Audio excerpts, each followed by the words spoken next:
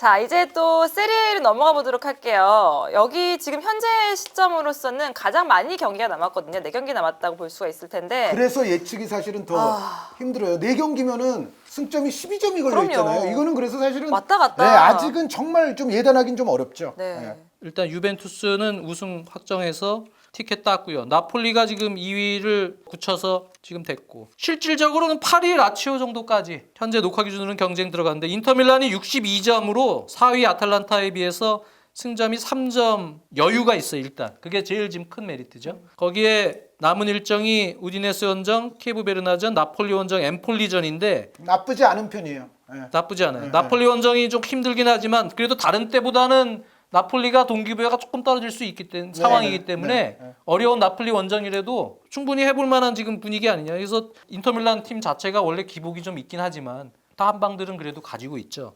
저는 그래서 인터밀란의 경우에는 아무리 못해도 4위 안에는 들어간다. 그러니까 그래서 지금 승점이 여유가 있고 마지막 엠폴리 같은 경우는 현재 강등권인데 글쎄요 뭐 남은 상태 어떤 상태로 마지막 라운드가 될지 모르겠지만 챔스 티켓은 가져갈 확률은 인터밀란이 일단은 제일 높다. 그렇게 볼 수밖에 없고요. 사수올로가 키를 지금 쥐고 있는 것 같아요. 사수올로가 로마와 홈 경기를 갔고요.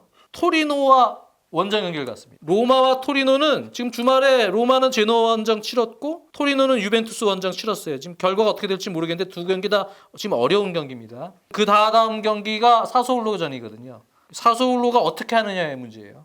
이 두 팀을 상대로 가장 큰 고비처가 될 가능성이 있고요. 전체적으로는 아틀란타 같은 경우는 주말에 이미 라치오 원정을 치렀습니다. 네. 저희가 승부 예측을 했는데요. 예, 다 아탈란타 승으로 했었어요.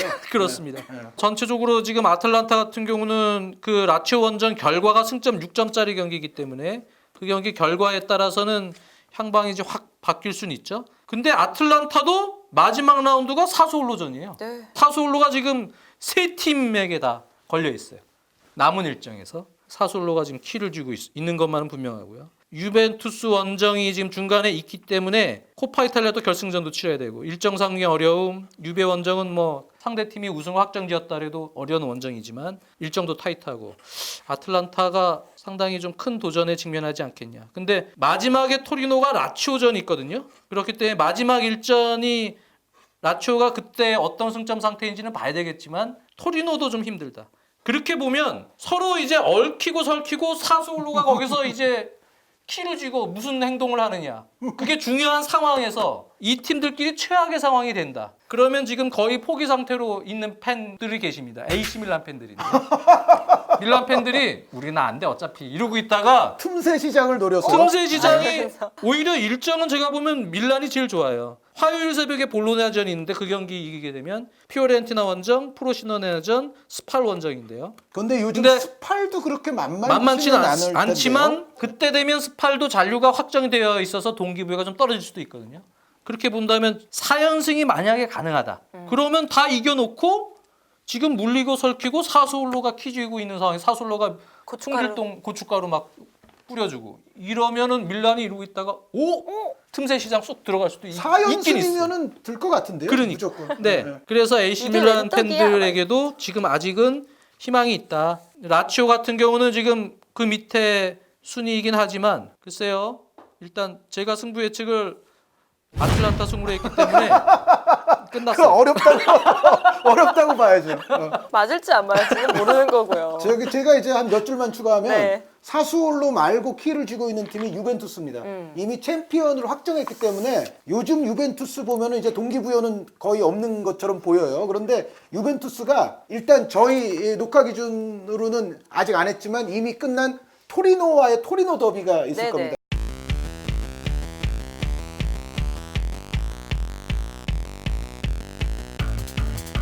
토리노 더비란 다음에 아탈란타와도 한 판이 있고 로마와도 한 판이 있어요. 그러니까 사수올로도 지금 앞으로 3경기가 걸려 있다고 말씀하셨지만 유벤투스도 지금 3팀하고 또 3경기가 걸려 있어요. 그러네요. 그래서 이 동기부여가 떨어진 챔피언 팀을 이제 각각의 토리노와 로마와 아탈란타가 어떻게 이제 상대하느냐 요 변수가 하나 있고요. 그래서 유벤투스를 이제 꺾는 팀들이 이제 목표를 향해서 이제 그렇죠. 잘 갈 수 있는 그런 상황이고 여기 이제 또 하나 변수가 이 아탈란타와 라치오인데요. 아탈란타에게 가장 큰 변수 하나는 아까 이제 유벤투스를 상대해야 된다 그것도 있지만은 라치오와의 코파 이탈리아 결승이 중간에 껴 있어요. 각 리그마다 이제 FA컵 결승들이 이제 곧 다가오는데 제가 봤을 때는 여기서 아탈란타도 그렇고 라치오도 그렇고 힘을 상당히 많이 쏟게 될 거예요.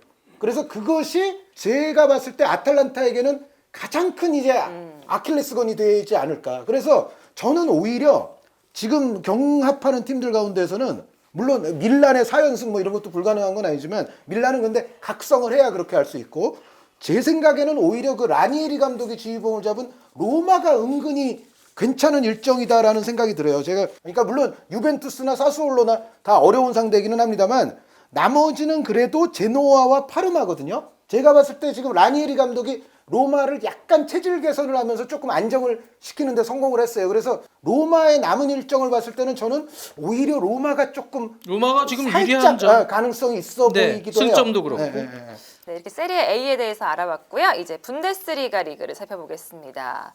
아, 참 여기도 승점이 촘촘해요. 여기도 4위 싸움. 바이에른 뮌헨, 도르트문트, 라이프치히는 지금 티켓 가져갔고요. 네. 프랑크푸르트가 54점, 5위 멘셴글라드바 51점, 레버쿠젠 51점, 호펜하임 50점, 볼프스부르크 49점. 그 정도까지 아마 싸움 벌지 않을까. 일단은 그렇게 보는데 주말에 레버쿠젠과 프랑크푸르트, 멘셴글라드바와 호펜하임 이 경기가 지금 끝났어요. 이 경기들은 이 6점짜리도 아니고 6점짜리 단두대 한 매치. 7점짜리로 봐야 돼요. 네. 이거는 6점보다 더 높게 봐야 됩니다.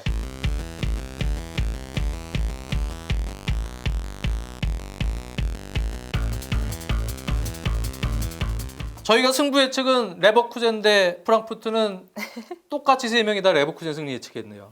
네. 네, 근데 여기서 은근히 지금 두 경기가 다 무승부가 됐기를 바라는 팀이 볼프스부르크입니다. 볼프스부르크가 49점인데 두 경기에서 다 1점씩만 네 팀이 가져가면 그러면 지금 일정상으로는 뉘른베르크전에 만약에 볼프스부르크가 승리할 경우에 슈트가르트 원정과 아우크스부르크전이거든요. 잔여 일정에 볼프스부르크가 가장 낮습니다. 네, 그래서 그 정도 가능성은 있지만 두 경기 다 무승부가 될 확률은 그리 높지 않다. 그렇죠. 네, 물론 결과가 나왔겠지만 어쨌든 여기서의 문제는요.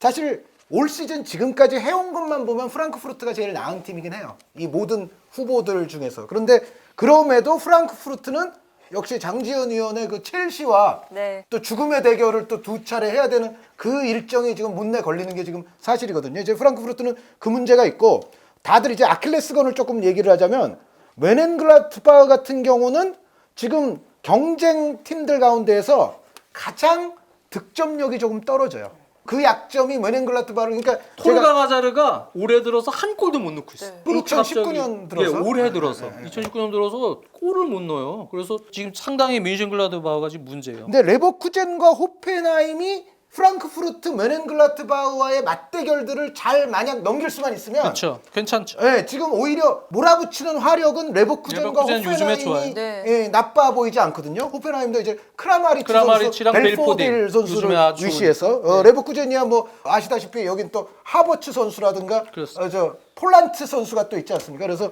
제 생각에는 여태까지 많은 리그들을 했지만 이 분데스리가 예측이 저는 어쩌면 가장 좀 심란할 수도 있다.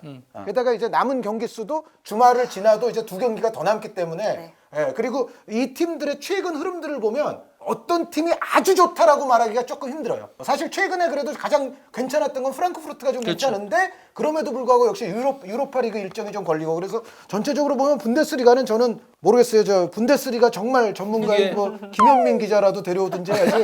예, 저는 솔직히 이거는 여기가 정말 지금 쉽지 않다. 분위기가 왜 문제냐면 저희 녹화 기준으로 4, 5위 팀 승점 54점, 51점이 다들 지금 일정이나 상태가 좋지가 않아요. 네. 프랑크푸르트는 일정도 유로파리그 지금 첼시전이 껴 있지만 마지막 경기가 물론 우승 확정이 안 된 상황이죠. 바이에른 뮌헨 원정이에요. 네. 만약에 도르트문트와 그때 그래서 경쟁이 그러니까요. 끝까지 되면 도르트문트랑 경쟁이 되면 5위 멘셴글라드바흐는 요즘에 공격력도 안 좋다는 말씀 한 의원님도 계속 해줬지만 마지막 경기가 또 도르트문트전이에요. 네.